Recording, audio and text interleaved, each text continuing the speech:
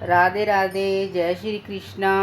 श्री कार्तिक के राधा दामोदर भगवान की जय।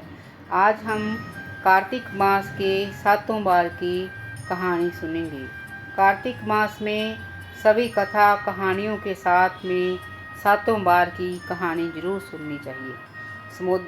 सोमवार के दिन महादेव और पार्वती जी की, मंगलवार के दिन हनुमान जी की, बुधवार के दिन गणेश जी की, गुरुवार के दिन बृहस्पति भगवान की, शुक्रवार के दिन शुक्र देवता की और शनिवार के दिन शनि की और रविवार के दिन सूर्य नारायण भगवान की कहानी हमें सुननी चाहिए। इससे संपूर्ण कार्तिक मास का फल हमें मिलेगा।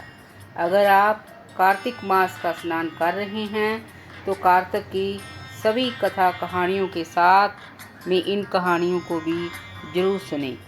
आपको इसका संपूर्ण फल प्राप्त होगा। आइए अब हम एक एक करके कार्तिक मास के सभी सातों बार की कहानी सुनते हैं। पहली कहानी महादेव और पार्वती जी की सुनेंगे। कार्तिक मास के सोमवार की कहानी। एक बार महादेव जी ने पार्वती जी से कहा, हे पार्वती, मैं दुनिया का खेल देखने जा रहा हूँ। तो पार्वती जी ने कहा, हे देव, मैं भी आपके साथ चलूँगी। तो महादेव जी ने कहा, हे प्रिय, रास्ते में तुम्हें भूख प्यास लगेगी तो मैं तुम्हें भोजन पानी कहाँ से ला कर दूँगा, इसलिए तुम यही क्लास पर रहो। परंतु पार्वती जी ने जिद पकड़ ली। तब महादेव और पार्वती जी नंदी पर चढ़कर दुनिया का खेल तमाशा देखने के लिए निकल पड़े। जब वे आगे गए तो उन्हें बहुत से लोग मिले। वे उन्हें देखकर हंसने लगे और कहने लगे कि देखो कैसी लोग लगाई हैं, जो जानवर को तो इन्होंने कुछ समझा ही नहीं, बेचारा बोझ से मरा जा रहा है। यह सुनकर महादेव जी थोड़ा आगे जाने के बाद नंदी से उतर गए। अब महादेव जी पैदल चलने लगे और पार्वती नंदी पर बैठ गई। थोड़ा आगे जाने पर फिर से उन्होंने 4-5 लोग मिले। वे लोग भी उन्हें देखकर हंसने लगे और ताने देने लगे कि देखो कैसा जमाना आ गया है, मर्द तो बेचारा पैदल पैदल चल रहा है और औरत बैल की सवारी कर रही है। थोड़ा आगे जाने पर पार्वती जी नंदी से उतर गईं और बोली कि हे देव, आप बैल पर बैठ जाइए, मैं पैदल चलूँगी। उसके बाद पार्वती जी पैदल चलने लगी और महादेव जी नंदी पर बैठकर चलने लगे। आगे जाने पर फिर से 4-5 लोग उन्हें मिले। उन्हें देखकर सभी लोग फिर से ताने देने लगे और कहने लगे कि देखो जोगी बना फिरता है लेकिन बैल पर बैठा है और बेचारी पत्नी पैदल चल रही है। इस तरह वे लोग महादेव जी को ताने देने लगे। तब थोड़ा आगे जाने पर महादेव जी भी उतर गए। तब महादेव और पार्वती जी पैदल पैदल नंदी को लेकर जा रहे थे। आगे पनघट पर फिर से उन्हें 5-6 औरत पानी भरते हुए मिली। वे सब देखकर उनके ऊपर हंसने लगी और ताने देने लगी कि देखो कैसे बेवकूफ़ लोग हैं, बैल होते हुए भी पैदल चल रहे हैं। आगे जाने पर माता पार्वती जी महादेव जी से बोली कि हे देव, जय लोग ऐसे क्यों हैं, पैदल चलने नहीं देते, नंदी पर भी बैठने नहीं देते। तो महादेव जी पार्वती से बोले कि हे गौरा, इसी का नाम दुनिया है, यही दुनिया का खेल तमाशा ही तो मैं तुम्हें दिखाने लाया था। चलते चलते महादेव और पार्वती जी थक गए तो वे एक पेड़ के नीचे सुस्ताने के लिए लेट गए। तब महादेव जी अपने हाथ का तकिया लगाकर सोने लगे। उधर से औरतें पानी भरकर जा रही थी तो उन्हें देखकर बोली कि देखो कैसा जोगी बना फिरता है, परंतु तकिए के बिना ऐसी नींद नहीं आती। ऐसे ताने देकर जहाँ से वो चली गई। तब महादेव जी ने हाथ का तकिया भी निकाल दिया। थोड़ी देर बाद वही औरत पानी भरने के लिए कुएं पर आई और आपस में कहने लगी कि देखो ये कैसा जोगी बना फिरता है। थोड़ी सी बात कह दी कि इसे तो गुस्सा ही आ गया। अपने कहने से गुस्से के मारे इसने तकिया निकाल दिया। तब माता गौरा ने फिर से महादेव जी से कहा, हे देव, जय दुनिया के लोग ऐसे क्यों हैं? क्यों किसी को देखकर ताने देते हैं? तो महादेव जी बोले कि हे गौरा, यह दुनिया का खेल है जो तुमने भी आज देख लिया। आदमी को कैसे भी यह लोग चैन से नहीं रहने देते। थोड़ी देर के बाद माता पार्वती जी महादेव जी से बोली, हे देव, मुझे तो बहुत जोरों की भूख लगी है। महादेव जी बोले कि हे गौरा, मैंने तुम्हें पहले ही कहा था कि तुम मेरे साथ चलने की जिद कर रही हो, लेकिन तुम्हें भोजन पानी कहाँ से मैं खिलाऊंगा। लेकिन पार्वती जी ने जिद पकड़ ली कि हे देव, आपको मुझे भोजन कराना ही पड़ेगा। तब महादेव जी पार्वती जी लेकर गांव में एक अमीर बुढ़िया के घर गए और उस अमीर बुढ़िया से कहा, हे माई, हमें बहुत जोरों की भूख लगी है, क्या आपके घर में हमें भोजन मिलेगा? तो अमीर बुढ़िया ने कहा कि मेरे तो घर में ही पूरा नहीं पड़ता, तुम्हें भोजन कहाँ से कराऊं। तब महादेव जी पार्वती जी को लेकर वहाँ से आगे गए। आगे एक गरीब बुढ़िया माई अपनी झोंपड़ी के बाहर चबूतरे पर बैठी थी। तब महादेव जी ने गरीब बुढ़िया से कहा, अरे बुढ़िया माई, हम दोनों बहुत भूखे हैं, क्या हमें भोजन मिलेगा? तो गरीब बुढ़िया ने पूछा कि भाई, क्या खाओगे? तो महादेव और पार्वती जी ने कहा कि हमें खीर खांड का भोजन चाहिए। बुढ़िया माई ने कहा कि आप मेरी झोंपड़ी में बैठो, मैं अभी आती हूँ। तो महादेव जी ने पूछा कि बुढ़िया माई कहाँ जा रही है? तो बुढ़िया ने कहा, अरे भाई, खीर खांड अगर मुझे बनाना है तो पंसारी की दुकान पर से चावल और चीनी लाऊंगी और खीर बनाने के लिए दूध लाऊंगी। तब महादेव जी बुढ़िया माई से बोले कि अरे बुढ़िया माई, जाने से पहले तू अपने घर में तो देख ले, क्या पता वहीं कुछ पड़ा हो तुम। तब बुढ़िया माई अपनी झोंपड़ी में देखने गई तो उसकी झोंपड़ी अन्न धन के भंडार से भरी पड़ी थी। बुढ़िया माई को महान आश्चर्य हुआ। फिर बुढ़िया माई ने खीर खांड का भोजन बनाया और 3 थालियों में भोजन परोस दिया। एक थाली नंदी जी की, एक पार्वती जी की, तो एक महादेव जी। बुढ़िया माई से बोले कि बुढ़िया माई, 3 थालियों में भोजन और परोसो। बुढ़िया माई ने कहा कि इन 3 थालियों में कौन जिमेगा? महादेव जी बोले कि एक तेरा बेटा है, एक तेरी बहू, एक तू। बुढ़िया माई ने कहा कि महाराज, मेरी तो कोई बेटा बहू ही नहीं। महादेव जी ने कहा, अरे बुढ़िया माई, जरा पीछे मुड़ के देख। बुढ़िया ने पीछे मुड़ के देखा तो 16 वर्ष का बेटा जोड़े के साथ खड़ा था। बहू की गोदी में बहुत सुंदर सा नवजात शिशु था। देखकर बुढ़िया माई आश्चर्य में पड़ गई। उसके बाद सबने खीर खांड का भोजन खाया। भोजन खाकर जब महादेव और पार्वती जी जाने लगे तो बुढ़िया माई ने महादेव और पार्वती जी के चरण पकड़ लिए और बोली कि आप कोई साधारण पुरुष नहीं, आप मुझे दर्शन देकर आइए चाहिए। तब महादेव जी और पार्वती जी ने बुढ़िया माई को साक्षात दर्शन दिए और जाते जाते उसकी झोंपड़ी को ठोकर मार गई। उसकी झोंपड़ी 9 खंडा हो गई।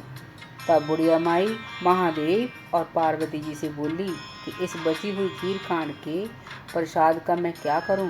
तो महादेव और पार्वती जी ने कहा कि इस खीर खांड के प्रसाद को पूरे गांव में बांट दे। अब बुढ़िया माई खीर खांड का प्रसाद पूरे गांव में बांटने गई। बांटते बांटते वह पहली बुढ़िया माई के घर भी खीर खांड का प्रसाद देने गई।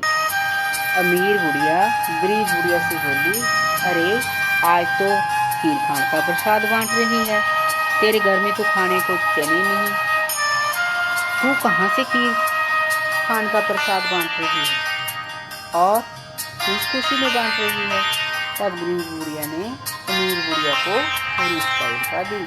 तब अमीर बुढ़िया ने गरीब बुढ़िया से कहा, अरे वो तो मेरे घर भी आए थे, अभी इस समय वे किधर गए हैं? तो गरीब बुढ़िया ने कहा, वे तो वन की ओर गए हैं। तो मीर बुढ़िया भागी भागी महादेव जी और पार्वती जी के पीछे पीछे वन में भाग गई। और उन्हें महादेव और पार्वती जी वट वृक्ष के पेड़ की छाया में बैठे मिले। तो मीर बुढ़िया महादेव और पार्वती जी से बोली कि आपने मेरा धन ले लिया, उस गरीब बुढ़िया को दे दिया। महादेव जी ने कहा कि मैंने तो तेरा कुछ नहीं लिया, परंतु तूने ना कही तो तेरी ना हो गई, उसने हाँ करी तो उसके धन हो गया। शंकर भगवान जैसे उस बुढ़िया माई के घर धन दिया वैसा सबको देना। कहानी कहने वालों को, सुनने वालों को और हुंकारा भरने वालों को कार्तिक में मंगलवार की व्रत कथा। एक गांव में एक बुढ़िया माई की तरह वह रोज हनुमान जी के मंदिर में दर्शन करने जाती और रोज देसी घी का रोटी का चूरमा बनाकर लड्डू बनाती और हनुमान जी को खिलाती और कहती लाल लंगोटा हाथ में सोता हो, बालाजी खाओ रोटा, मैं दूँ तुम्हें जवानी में, तुम देना मुझे बढ़ापे में। इस तरह उसके दिन बीत रहे थे। कई वर्ष बाद जब उसकी बहू आ गई तो एक दिन बहू ने सास से कहा, सासू माँ अब रोज रोज रोटी का चूरमा लेकर कहाँ जाते हो? तुम सास ने कहा, बहू हनुमान जी के मंदिर में जाती हूँ। तो बहू ने सास से कहा, इस तरह का बेकार का खर्चा अब मैं नहीं होने दूंगी। सास ने बहू से बहुत मिन्नतें करी। बहू जब से मैंने होश संभाला है तभी से मैं हनुमान जी के रोजाना रोटी का चूरमा खिलाती हूँ। उन्हें भोग लगाए बिना मैं भोजन नहीं करती। लेकिन सास के मिन्नत करने पर भी बहू नहीं मानी। सास दुखी हो गई। खाली हाथ मंदिर जाने को उसका जी नहीं कर रहा था तो उसने अन्न जल का त्याग कर दिया। बहू ने इसकी परवाह नहीं करी। बहू सोचने लगी कि एक दिन सासू माँ भूखी रहेगी तो अकल टकाने आ जाएगी। इस तरह एक सप्ताह बीत गया। तब हनुमान जी ने सोचा कि बेचारी बुढ़िया माई मेरे कारण भूखी पड़ी है। तब एक रोज हनुमान जी रोटी का चूरमे का लड्डू लेकर बुढ़िया की चौंकी पर गए और बोले, तेरे बुढ़िया माई भूखी क्यों सो रही हो? तो बुढ़िया कहने लगी कि तुम कौन हो? हनुमान जी ने कहा, लाल लंगोटा हाथ में सोटा, ले बुढ़िया माई रोटा, तूने मुझे दिया, जवानी में मैं दूँ तुझे बुढ़ापे में। तो बुढ़िया हाथ जोड़कर बोली, हे भगवान, आज तो आप मुझे दे देंगे, कल कौन देगा? तो हनुमान जी बोले कि बुढ़िया माई कल भी मैं दूंगा, रोज मैं ही दूंगा। तब बुढ़िया माई ने उठकर रोटी का चूरमा खाया और पानी पीकर सो गई। इस तरह अब रोज हनुमान जी सुबह शाम बुढ़िया माई को रोटी का चूरमा देकर जाने लगे। धीरे धीरे बुढ़िया माई रोटी का चूरमा खाकर मोटी होने लगी। बहू ने सोचा कि सास भूखी प्यासी रहती है फिर भी कैसे मोटी होती जा रही है, देखना चाहिए।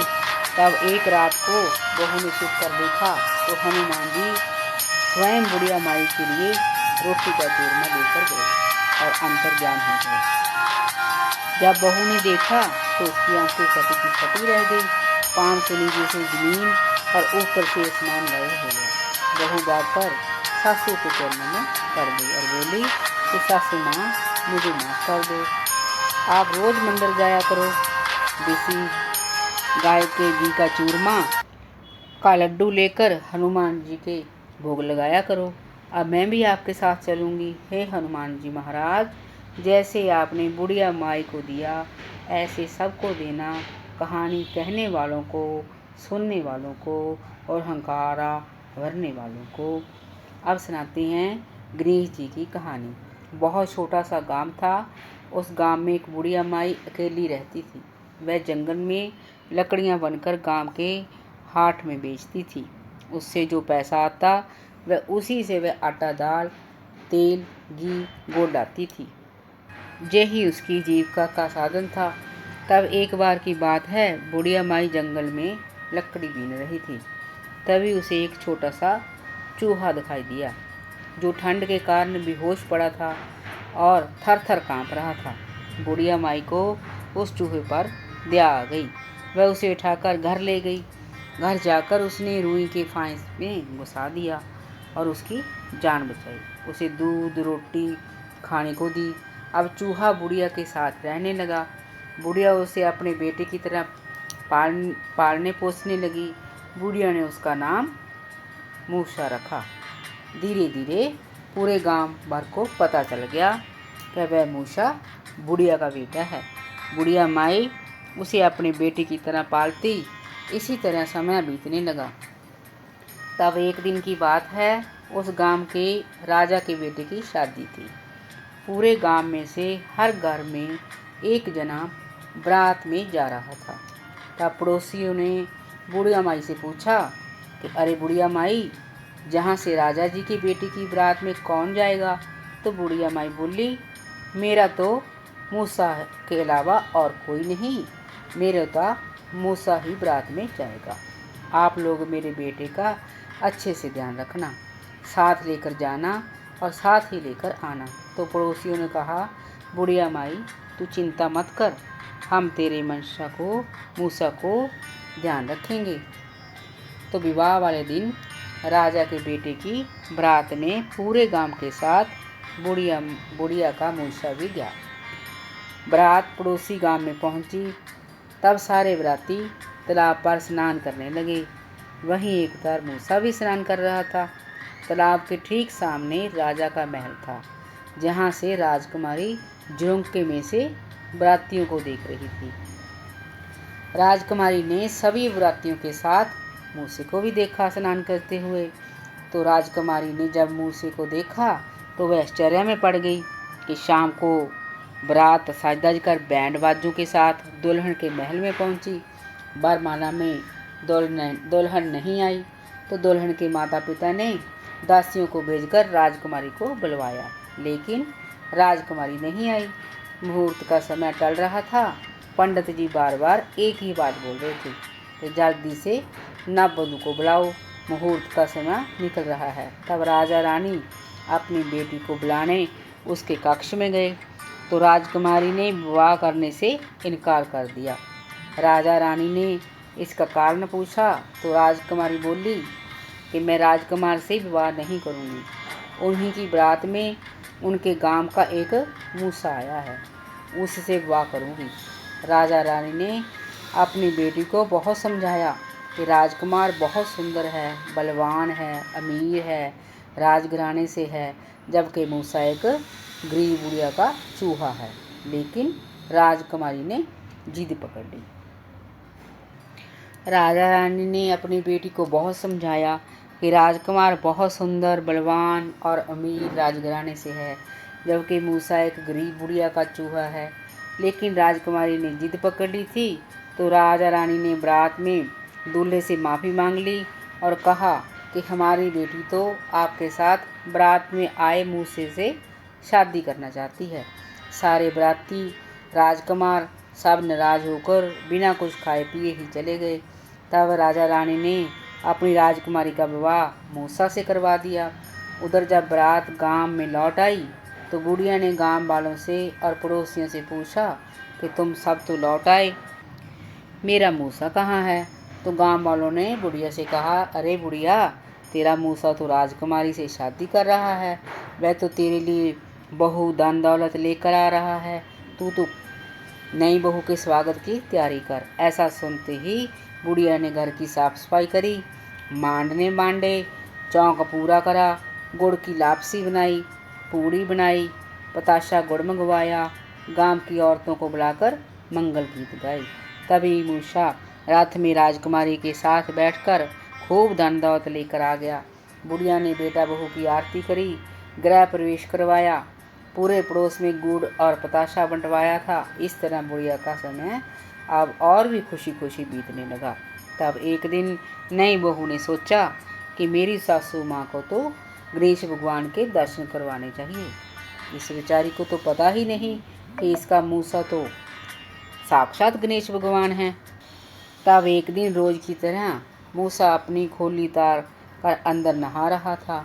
तो बहू ने अपनी सासू माँ से कहा, सासू माँ, आपका मूसा अंदर नहा रहा है, अब उनकी जय खोली जला दीजिए।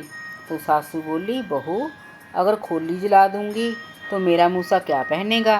तो बहू ने कहा कि सासू माँ, जैसा मैं कहती हूँ आप वैसा करो। तो बुढ़िया ने मूसा की खोली को जला दिया। तभी अंदर में मूसे ने अपनी खोली मांगी। तो राजकुमारी ने कहा कि आप जैसे भी हो वैसे ही बाहर आ जाइए। जो दर्शन मैंने शादी वाले दिन आपके किए थे वही दर्शन आप अपनी माँ को भी करवाइए। तभी गणेश भगवान ने साक्षात दर्शन दिए। बुढ़िया माई भगवान गणेश के दर्शन पाकर धन्य हो गई।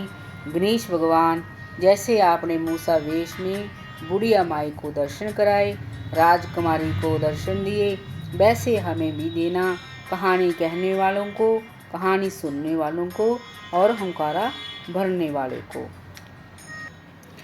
कार्तिक मास में बृहस्पतिवार जी की कहानी बहुत पुरानी है। एक छोटा सा गांव था। उस गांव में देवरानी जेठानी अपने अलग अलग मकान में रहती थी।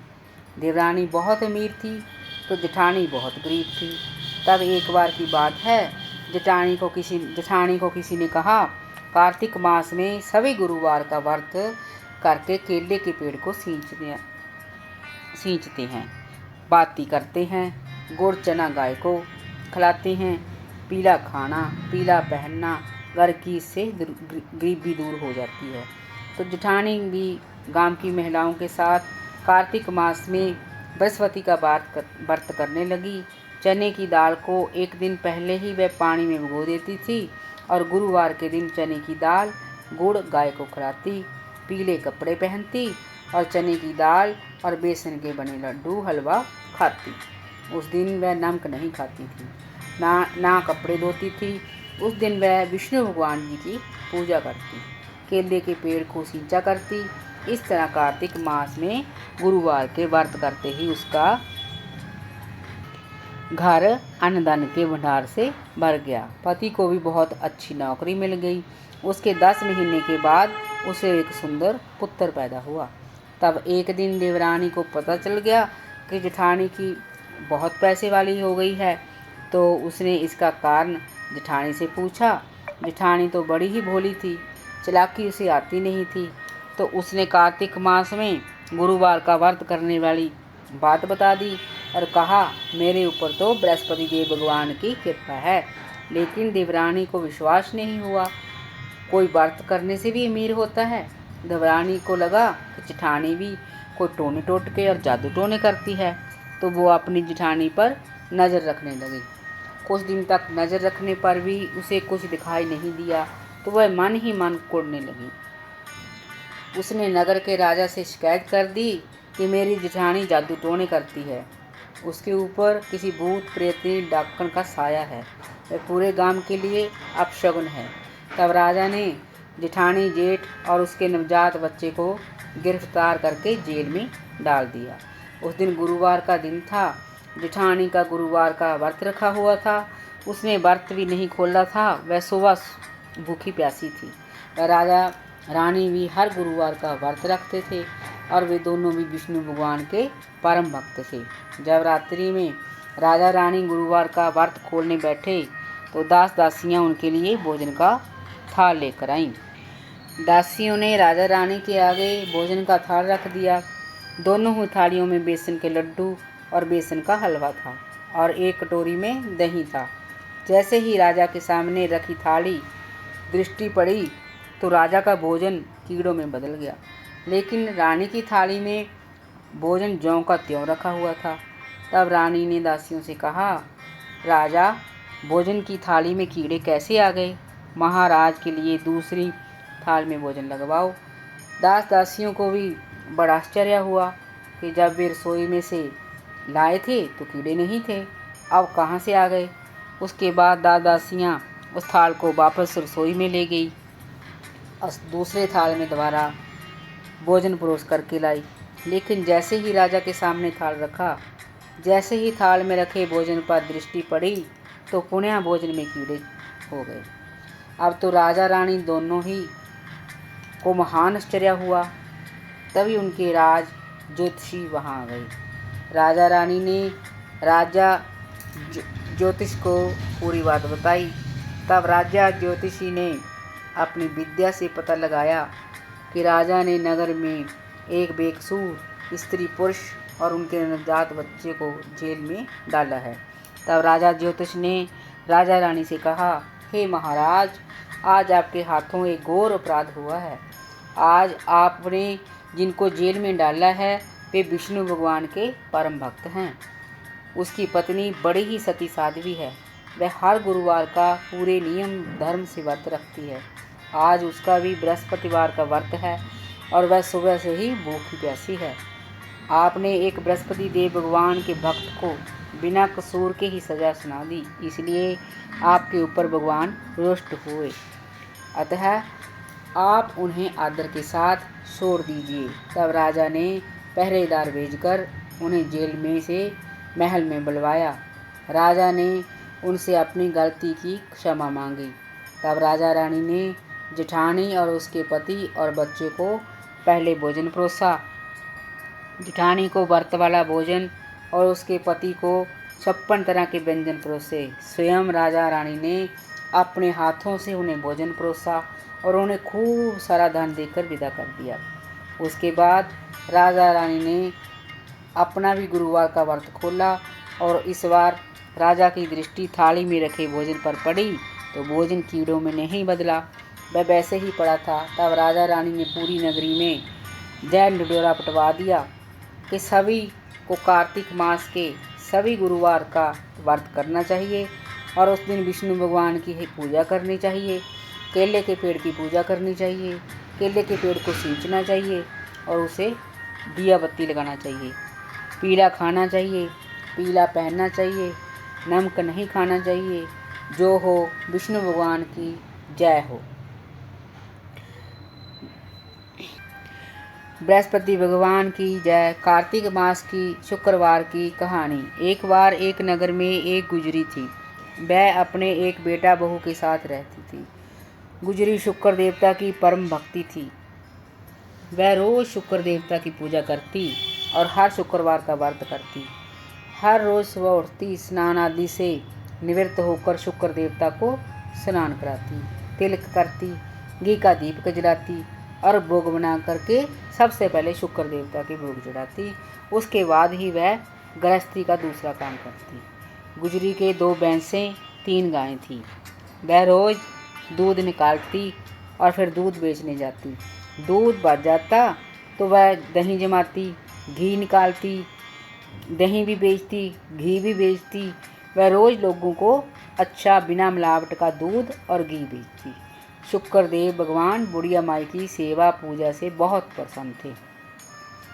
घर में किसी चीज़ की कोई कमी नहीं थी। तब एक बार की बात है, गांव के लोग 1 महीने के लिए कार्तिक स्नान करने हरिद्वार जा रहे थे। तो गुजरी का भी बहुत मन हुआ कि मैं भी कार्तिक स्नान करने जाऊं। गांव के सभी लोग शांता गुजरी पर आंख मीच कर विश्वास करते थे। उसका दूध घी हाथों हाथ बिक जाता। तब शांता गुजरी कार्तिक मास में हरिद्वार स्नान करने की यात्रा का मन बना लेती है। तब गुजरी ने अपना बेटा बहू से कहा कि मैं 1 महीने के लिए कार्तिक स्नान करने हरिद्वार जाऊंगी। तुम लोग घर का अच्छे से ध्यान रखना। फिर सासू ने अपनी बहू को घर की सारी जिम्मेदारी समझाई। साथ ही उसे यह भी कहा कि तुम रोज़ सुबह जल्दी उठना, स्नान आदि से निवृत्त होकर मेरे शुक्र देवता भगवान को स्नान कराना, घी का दीप जलाना, भोग बना करके सबसे पहले शुक्र देवता को भोग लगाना, संध्या को पुनः दिया बाती करना, भोग लगाना, गाय भैंसों को समय पर चारा पानी दूध देना, दही समय पर बेचने जाना। तब बहू ने अपनी सास से कहा कि सासू माँ बेफिक्र होकर जाओ, हरिद्वार कार्तिक स्नान करने जाइए, मैं सब काम समय पर कर लूँगी। तब सास कार्तिक स्नान करने 1 महीने के लिए हरिद्वार चली गई। सास के जाने के बाद वह सुबह जल्दी नहीं उठती थी। शुक्र देव भगवान को समय पर ना स्नान कराती, ना समय पर भोग लगाती। गाय भैंसों का दूध चारा पानी वे समय पर नहीं करती थी और साथ ही दूध में पानी और घी में तेल बना करके बेचती। तब एक दिन जब वह मिलावट कर रही तो शुक्र देवता तस्वीर में से बहू को देखकर हंसने लगे। तब बहू की नज़र शुक्र देवता की तस्वीर पर पड़ी। तो बहू ने शुक्रदेव भगवान से हंसने का कारण पूछा। तो शुक्रदेव भगवान बोले कि तुम दूध में पानी और घी में तेल मिला कर के बेच रही हो और मैं हंसूँ भी ना। मैं तुम्हारी शिकायत तुम्हारी सास से करूँगा। तुम मुझे ना समय पर स्नान कराती हो, ना समय पर मेरी पूजा सेवा करती हो, ना समय पर मुझे भोजन खिलाती हो। तब बहू बोली कि अगर मैं दूध में पानी और घी में तेल नहीं मिलाऊंगी तो रुपए पैसे में कैसे कमाऊंगी, क्योंकि मेरी सास तो मुझे रुपए पैसे देती ही नहीं। और हे शुक्र देवता, आप जय दांत निकालना बंद कर दो, नहीं तो मैं आपके बक्से में बंद कर दूंगी आपको, और मैं आपकी कोई खाना भी नहीं दूंगी और ना ही दिया बाती करूंगी। ऐसा कहकर बहू ने शुक्र देवता की तस्वीर को बक्से में बंद कर दिया। अब वह ना तो शुक्र देवता की पूजा करती, ना भोग लगाती, ना स्नान करती। उससे शुक्र देवता उससे रुष्ट हो गए। घर में जो भी धन था वह चोर चुरा करके ले गए। गाय भैंसों को समय पर वह चारा पानी नहीं देती थी, तो गाय भैंसों ने दूध देना बंद कर दिया। फिर एक दिन पति की डगी लगाई नौकरी भी चली गई। घर की माली हालत इतनी खराब हो गई। इस तरह एक महीना बड़ी मुश्किल से निकाला। उधर सास ने एक महीने तक कार्तिक मास में स्नान किया, व्रत किया, दान पुण्य किया, तो उसका एक महीना बहुत आराम से निकल गया। एक महीने के बाद जब वह गांव आ रही थी तो रास्ते में गांव के लोगों ने गुजरी को उसके घर की सारी बात बता दी और कहा, बहन तेरी बहू दूध में पानी घी में तेल मिलाकर के बेचती थी। तेरे बेटे की लगाई नौकरी चली गई। घर में जो धन था वह चोर चुरा के ले गए। तो सास ने गांव वालों से अपनी बहू की गलती की माफ़ी मांगी और जल्दी जल्दी घर आई। तो उसने घर की माली हालत देखी तो उसे बहुत दुख हुआ। तब सास ने अपनी बहू से इन सब का कारण पूछा तो बहू रोती जाए, सास से माफ़ी मांगती जाए। तब सास ने सबसे पहले बक्से में से शुक्र देवता की मूर्ति को निकाला, चरनाब से स्नान कराया, घी का दीपक जलाया, अगरबत्ती करी और भोग बना करके भोग चढ़ाया और शुक्र देवता में अपनी बहू की गलती की क्षमा मांगी। तभी उसका बेटा आ गया। बेटे ने आते ही माँ से कहा, माँ तुम एक महीने के लिए क्या गई कि घर की हालत ही बिगड़ गई। माँ तुम कोई जादूगरनी हो या टोने टोटके करती हो। तुम्हारे घर में आते ही मुझे नौकरी मिल गई। माँ ने कहा, बेटा तुम इसे जादू टोने कहो या चमत्कार, जय सब कुछ शुक्रदेव भगवान की कृपा से हो रहा है। तुम्हारी पत्नी ने मेरे पीछे से शुक्रदेव की पूजा करनी बंद कर दी, उसी की तुम्हें और इस घर को सजा मिली है। लेकिन आज तुम्हारी पत्नी ने भी समझ आ चुकी है कि शुक्र देवता का पूजन करने, भोग लगाने से और व्रत करने से घर में सुख समृद्धि बढ़ती है। उस दिन के बाद बुढ़िया के साथ उसके बेटा बहू भी शुक्र देवता की पूजा करने लग गए, दिया बाती करने लग गए, हर शुक्रवार का व्रत करने लगे। उस व्रत को करने से उनके घर में सुख समृद्धि बढ़ने लगी। देखते ही देखते घर में अन्न धन के भंडार भर गए। साल भर में बहू को एक सुंदर पुत्र भी पैदा हो गया। जय हो शुक्र देवता की जय। कार्तिक मास में सुने जाने वाली शनिवार की कहानी सुनो। एक बार बहुत छोटा सा गांव था। उस गांव में एक ब्राह्मण दंपति अपने 3 बच्चों के साथ रहते थे। एक बार ब्राह्मण को सपने में नीली घोड़ी पर नीले कपड़े पहने एक आदमी दिखाई देता और कहता कि हे ब्राह्मण देवता, मैं तेरे घर आऊँगा। अब जय सपना उसे रोज रात्रि को दिखाई देने लगा। वह ब्राह्मण परेशान हो गया। चिंता के मारे उसकी भूख प्यास नींद सब गायब हो गई।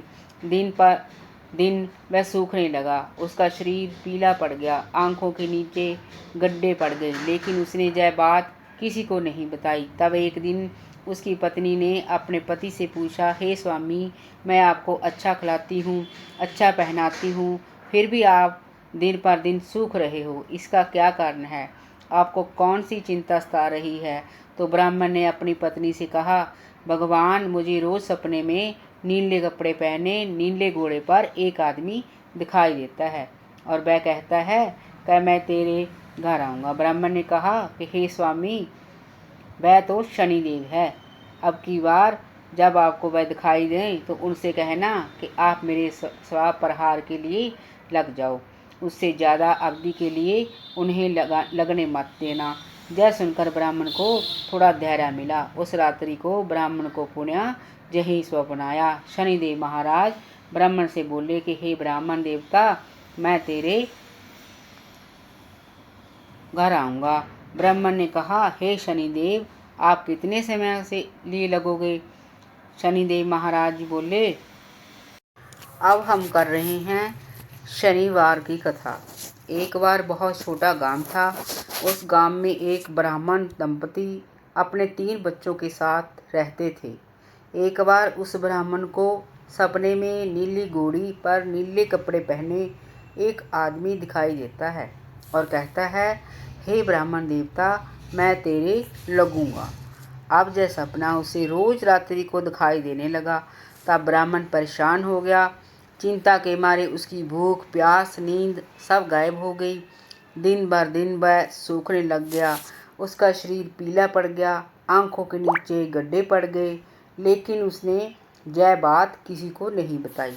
तब एक दिन उसकी पत्नी ने अपने पति से पूछा, हे स्वामी, मैं आपको अच्छा खिलाती हूँ, अच्छा पहनाती हूँ, फिर भी आप दिन सूख रहे हो। इसका कारण क्या है? आपको कौन सी चिंता है? आपको कौन सी चिंता सता रही है?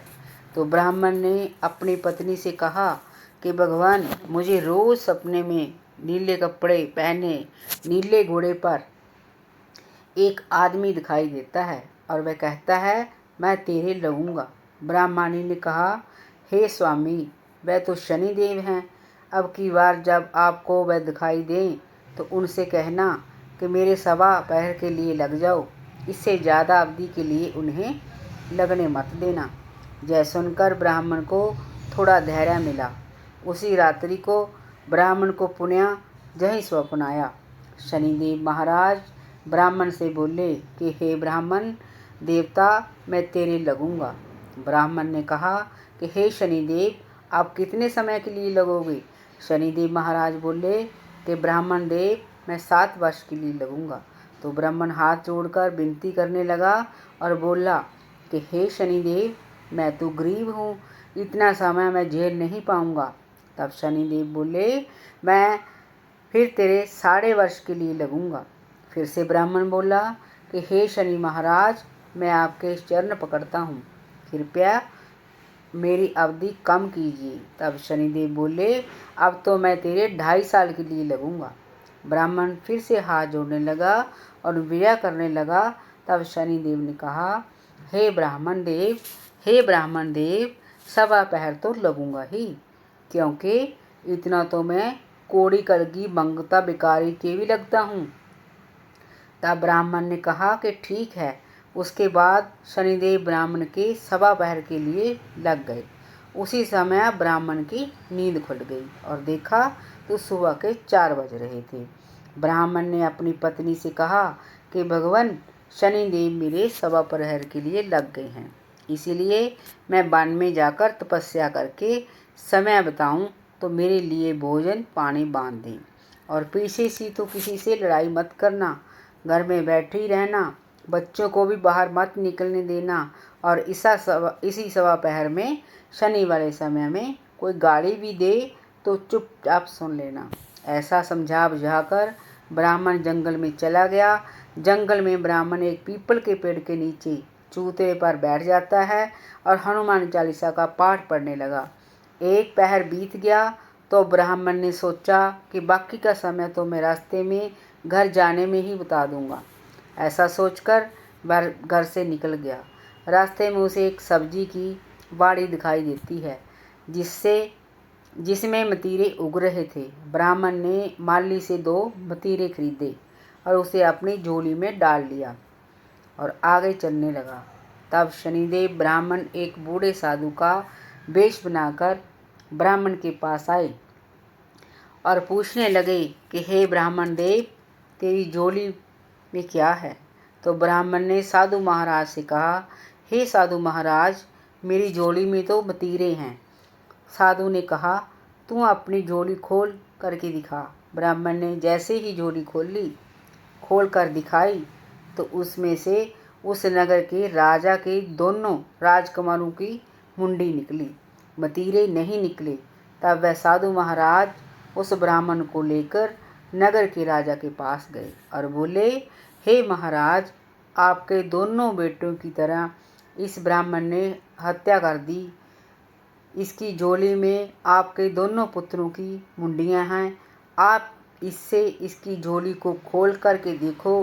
राजा ने कहा, मुझे मत दिखाओ, मैं अपने पुत्रों की कटी गर्दन देख नहीं पाऊंगा। राजा ने उसी समय आज्ञा दी कि इस ब्राह्मण को सूली पर चढ़ा दो। महल में हाहाकार मच गया। ब्राह्मण राजा के चरणों में गिर पड़ा और विनय करने लगा, लेकिन राजा ने ब्राह्मण की एक नहीं सुनी। उसी समय वह साधु महाराज वहाँ से अंतर्ध्यान हो गए। जब ब्राह्मण को सूली पर चढ़ाया जाने लगा तो ब्राह्मण से उसकी अंतिम इच्छा पूछी गई। ब्राह्मण सोचने लगा कि यदि किसी तरह से जब शनि का समय गुजर जाए तो मेरी फांसी रुक सकती है। यह सोचकर उसने कहा, अरे भाई, मैं बचपन से ही बालाजी महाराज का भक्त रहा हूँ। आप लोग मुझे 108 बार हनुमान चालीसा का पाठ सुना दीजिए। तब एक ज्ञानी पंडित को बुलवाया गया और ब्राह्मण को 108 बार हनुमान चालीसा सुनाई गई। उसी बीच सवा पहर का समय बीत गया। 108 बार हनुमान चालीसा सुनने से सवा पहर का समय बीत गया। शनि की दशा टल गई। राजा को दोनों राजकुमार शिकार खेलकर महल में लौट आए। दोनों राजकुमारों को जीवित देखकर राजा की खुशी का कोई ठिकाना नहीं रहा, परंतु वह डर के मारे कांपने लगा कि मैंने एक निर्दोष ब्राह्मण को फांसी की सजा सुना दी। अब मुझे ब्रह्म हत्या का दोष चढ़ेगा। तभी राजा ने 2 घोड़सवारों को भेजकर ब्राह्मण की हत्या रखवाई और उसे दरबार में हाजिर होने का हुक्म दिया। ब्राह्मण जैसे ही आया तो राजा ने उससे क्षमा मांगी और उससे कहा, हे ब्राह्मण देव, तुमने मेरे राजकुमारों की हत्या नहीं करी, फिर भी तुमने अपने बचाव में कुछ कहा क्यों नहीं? ब्राह्मण ने कहा, हे महाराज, मैं तो आपसे खूब विनय कर रहा था, लेकिन आपने बात सुनी ही नहीं। राजा ने कहा कि अब तुम अपनी झोली खोल करके दिखाओ, इस झोली में क्या है? ब्राह्मण ने झोली खोल करके दिखाई तो उसमें मतीरे निकले। राजा ने कहा, यह सब क्या है? तो ब्राह्मण ने कहा, हे महाराज, मेरे ऊपर सवा पैर की शनि की दशा लगी हुई थी। यह सब इसी कारण हुआ। राजा ने कहा कि शनि देव की दशा कैसे टाली जा सकती है? ब्राह्मण ने कहा, हे महाराज, अगर शनि की दशा किसी राजा या सेठ को लगे तो काला हाथी या काला घोड़ा दान करना चाहिए। गरीब के लगे तो शनिवार के दिन पीपल की पेड़ की पूजा करनी चाहिए और सरसों के तेल का चौमुख दीप जलाना चाहिए। पूजा करते समय चाहिए 7 शनिवार कहिए, जाके पाँव सदा ही पड़िए, शनि की कहानी सुननी चाहिए और काला तिल, काला उड़द, छाता, जूता और तराजू दान में देना चाहिए। शनिवार के दिन काले कुत्ते को तेल में रोटी चपड़कर खिलानी चाहिए, इससे शनि की दशा उतर जाती है। तब राजा ने उसे खूब सारा धन देकर आदर के साथ विदा कर दिया। ब्राह्मण मतीरा और धन लेकर घर में आया। ब्राह्मणी से पूछा, आपने आने में इतनी देर कैसी हुई? तो ब्राह्मण ने पत्नी को पूरी सच्चाई बताई। तभी ब्राह्मण के बच्चे आए और अपने पिता से बोले कि पिताजी, हम मतीरा खाएंगे। ब्राह्मण ने जैसे ही मतीरा काटा तो उसमें से सोने, चांदी, हीरे, मोती का ढेर निकला। हे शनि देवता, जैसा ब्राह्मण की शनि की दशा लगी वैसे किसी की न लगे। जैसे उतरने की दशा ब्राह्मण की लगी वैसे सबके लगे। शनि देव ने ध्यान मन इच्छा फल पाऊं। जय शनिदेव, हे शनिदेव, हे शनिदेव, जय शनिदेव। कार्तिक मास के रविवार की कहानी। एक बार बहुत छोटा सा गांव था। उस गांव में एक राजा अपनी 2 रानियों के साथ रह रहा था। राजा की बड़ी रानी बहुत ही धार्मिक प्रवृत्ति की थी। वह सभी तरह के व्रत, उपवास और दान पुण्य किया करती थी। राजा की छोटी रानी बहुत सुंदर थी। राजा को वह सबसे अधिक प्रिय थी। राजा को छोटी रानी से 2 पुत्र पैदा हुए, जबकि बड़ी रानी से राजा को संतान सुख नहीं मिला। पहले तो राजा कभी कभार बड़ी रानी के महल में चले जाया करते थे, लेकिन जब राजा को छोटी रानी से 2 पुत्र हो गए तो राजा ने बड़ी रानी की तरफ ध्यान देना ही छोड़ दिया। बड़ी रानी ने इसे अपना भाग्य समझकर स्वीकार कर लिया। तब एक बार की बात है, राजा के राजपुरोहित ने बड़ी रानी को दुखी देखा तो वे उनके दुख को समझ गए। उन्होंने बड़ी रानी से कहा, हे महारानी जी, आप हर रविवार का व्रत कीजिए, सूर्य नारायण भगवान की पूजा कीजिए। सूर्य भगवान आपकी झोली भी खुशियों से भर देंगे। तब बड़ी रानी राजपुरोहित से बोली, हे गुरुदेव, रविवार के व्रत की विधि क्या है? क्या कथा कहानी है? कैसे सूर्यदेव भगवान की पूजा करते हैं? व्रत में भोजन में क्या क्या खाते हैं? मुझे इसकी कोई जानकारी नहीं है। कृपया आप मुझे रविवार व्रत की पूरी विधि बताइए। तब राजा पुरोहित बड़ी रानी से बोला कि हे महारानी जी, मेरी पत्नी आपको रविवार के व्रत का पूजन कराने आ जाएगी और कथा कहानियाँ भी सुना देगी। अब राजपुरोहित की पत्नी बड़ी रानी के महल में रविवार के व्रत का पूजन करवाने और रविवार के व्रत की कथा कहानियाँ सुनाने के लिए उनके महल में आने लगी। इसी तरह 5 रविवार बीत गए। रविवार व्रत में गोबर के सूर्यदेव बनवा और बड़ी रानी से पूजा करवाती। इसी तरह 5 रविवार निकल गए। तब हर रविवार को इसी तरह गोबर के सूर्यदेव बनाकर पूजा करते। तब पहले के बने गोबर के सूर्यदेव को बड़ी रानी महल के एक कोने में रखने लगी। तब अगला रविवार का दिन आया। पुरोहितान बड़ी रानी के महल में जा रही थी तो छोटी रानी ने अपने महल के झरोखे में उसे देख लिया। छोटी रानी ने दासी को भेजकर पुरोहित को खुद के महल में बुलवाया। पुरोहिता छोटी रानी के महल में आई तो उन्होंने पूछा कि अरे पुरोहितान, तू आजकल बड़ी रानी के महल में क्यों जाती है? तो पुरोहितान ने पूरी बात बताई। तब छोटी रानी ने पुरोहितान को भड़का दिया कि तुम 1 महीने से बड़ी रानी को रविवार का व्रत करवा रही हो, पूजन करवा रही हो, कथा कहानियाँ सुना रही हो, तो बदले में बड़ी रानी दक्षिणा में तुम्हें क्या देगी? तो पुरोहितान ने कहा कि मुझे उन्होंने अभी तक कुछ भी दक्षिणा नहीं दी। तो छोटी रानी ने पुरोहितान से कहा कि तुम आज उनसे मुँह मांगा दान मांगना। उसके बाद पुरोहिता बड़ी रानी के महल में गई। आज पुरोहिता कुछ उखड़ी सी थी। आते ही बड़ी रानी से बोली कि हे महारानी जी, मैं 1 महीने से आपके रविवार के व्रत की कथा कहानियाँ सुना रही हूँ और पूजन करवा रही हूँ। अब तक आपने मुझे कोई दक्षिणा नहीं दी। आज तो मैं आपसे दक्षिणा लेकर ही जाऊंगी, क्योंकि बिना दक्षिणा के कोई पूजा व्रत पूरा फल नहीं देता।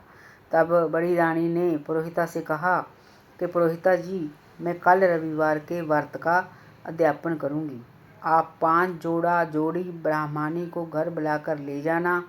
मैं सबको स्वादिष्ट भोजन कराऊं और बढ़िया दक्षिणा भी दूंगी। जय सुनकर पुरोहिता खुश हो गई। पूजा करवाने के बाद पुरोहिता घर आ गई। इधर बड़ी रानी सोच में पड़ गई कि मैंने पुरोहिता को बोल तो दिया, लेकिन मैं उन्हें क्या दक्षिणा दूंगी। उस दिन बड़ी रानी सूर्य भगवान को याद करके सो गई। तब सूर्यदेव भगवान ने सोचा कि अगर आज मैं बड़ी रानी के सत्य का मान नहीं रखूँगा तो कल युग में हमें कौन मानेगा। सुबह ब्रह्म मुहूर्त में सूर्यदेव भगवान ने बड़ी रानी को स्वप्न में दर्शन देकर कहा कि हे पुत्री, तू चिंता मत कर। मैं तेरी पूजा और व्रत में बहुत खुश हुआ। मैं तुझे वरदान देता हूँ कि तुझे 7 पुत्र होंगे। जिनकी कीर्ति यश दसों दिशाओं में होगी। और जहाँ तूने मेरे गोबर के सूर्यदेव रखे हैं वे सोने के बने हुए मिलेंगे। पुत्री, तू वही सोने के सूर्यदेव ब्राह्मण को दान में देना। पुत्री, तेरा घर धन धान्य से भर जाएगा। ऐसा वरदान देकर सूर्यदेव अंतर्ध्यान हो गए। उसी समय सुबह के 4 बज रहे थे। बड़ी रानी की नींद खुल गई। वह उसी समय महल के उस स्थान पर गई जहाँ गोबर के सूर्यदेव बने हैं। वे सोने के बने हुए मिले। पुत्री, तू वहाँ सोने के सूर्यदेव ब्राह्मण को दे देना। पुत्री, तेरा घर धन धान्य से भर जाए। ऐसा वरदान देकर सूर्यदेव अंतर्ध्यान हो गए। समय सुबह के 4 बज रहे थे। बड़ी रानी की नींद खुल गई। वह उसी समय महल के उस स्थान पर गई जहाँ उसने पूजा की सामग्री के साथ गोबर के बने हुए सूर्यदेव रखे थे। उसने देखा कि गोबर के जो सूर्यदेव हैं वो सोने में बदले हुए हैं। तो रानी ने सूर्यदेव भगवान को धन्यवाद दिया।